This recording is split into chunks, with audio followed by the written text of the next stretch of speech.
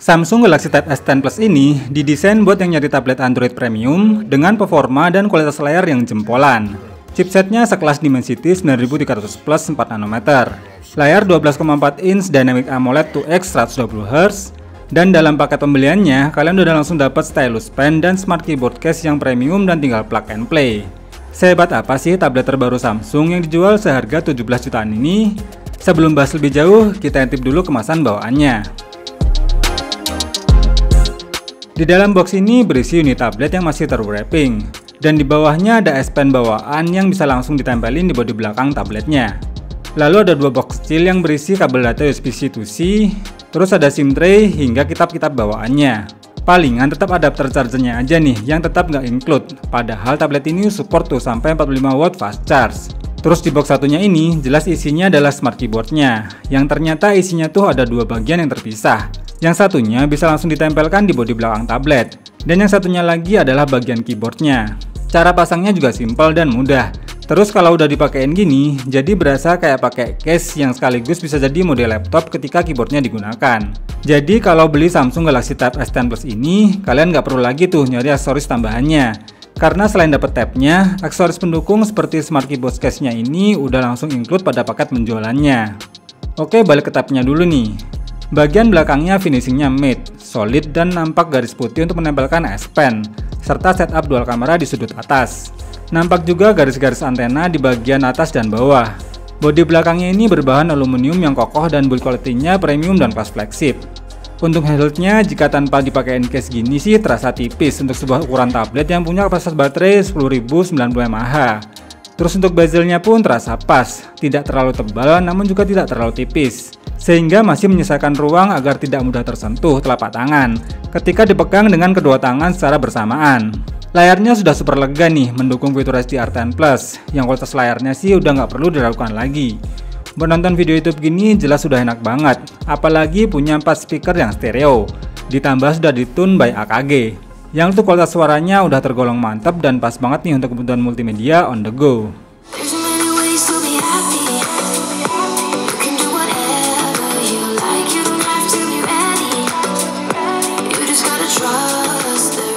Nah, yang mantep tuh di bagian dapur pacunya, di mana Tab S10 Plus kali ini dibekali sebuah SoC kelas flagship dari MediaTek, yaitu seri Dimensity 9300 Plus, yang untuk skor ANTUTU 10-nya bisa mencapai 1,7 jutaan.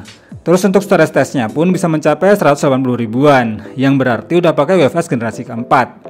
Geekbench 6 test untuk single core-nya di 1984 poin, dan multicore di 6084 poin. Tapi untuk 3D Mark di mode Wildlife Extreme Stress Test, stability-nya cuma di 52,6%. Tapi dengan skor segitu, pastinya buat kinerja yang berat atau jalanin game SD auto rata kanan nih guys. Saya tes buat main game HOK dengan settingan rata kanan 120 fps, yang jarang-jarang nih bisa ke-unlock semua settingan rata kanannya. Jadi ya sudah pasti gambarnya detail, efek animasinya bisa di-capture dengan baik. Terus main game di layar segede ini tuh ternyata ada plus minus ya. Plusnya gambarnya terlihat lebih luas, tapi minusnya tombol-tombol jadi rada susah dijangkau. Untuk rata-rata FPS-nya bisa menyentuh angka 116 fps, dengan frame drop terendah saat bermain di 112 fps. Selama setengah jam bermain pun suhu panas maksimalnya di 43 derajat, dengan penurunan baterai di 5% saja. Sama halnya dengan game PUBG Mobile, bisa tuh dapetin settingan di smooth 120 fps. Aslinya sih super smooth banget nih gameplaynya. Mungkin cuma perlu adaptasi agar terbiasa main game yang kompetitif gini di layar yang lebar. Yang jelas sih sensor gyronya nggak delay, touchscreen-nya juga aman, dan untuk frame drop-nya tetap ada namun masih nggak terlalu intens. Rata-rata FPS-nya bisa menyentuh angka 110 fps, dengan frame drop terendah di 89 fps ketika di dalam match. Selama setengah jam bermain, suhu panas maksimalnya di 44 derajat, dengan penurunan baterai di 6%. Kalau buat jalanin game seberat Genshin Impact di settingan full rata kanan di 60 fps pun ternyata masih tergolong smooth. Apalagi dengan layar segede ini, tentunya animasi grafis 3D-nya tuh bisa ditampilkan dengan indah dan maksimal banget buat manjain mata.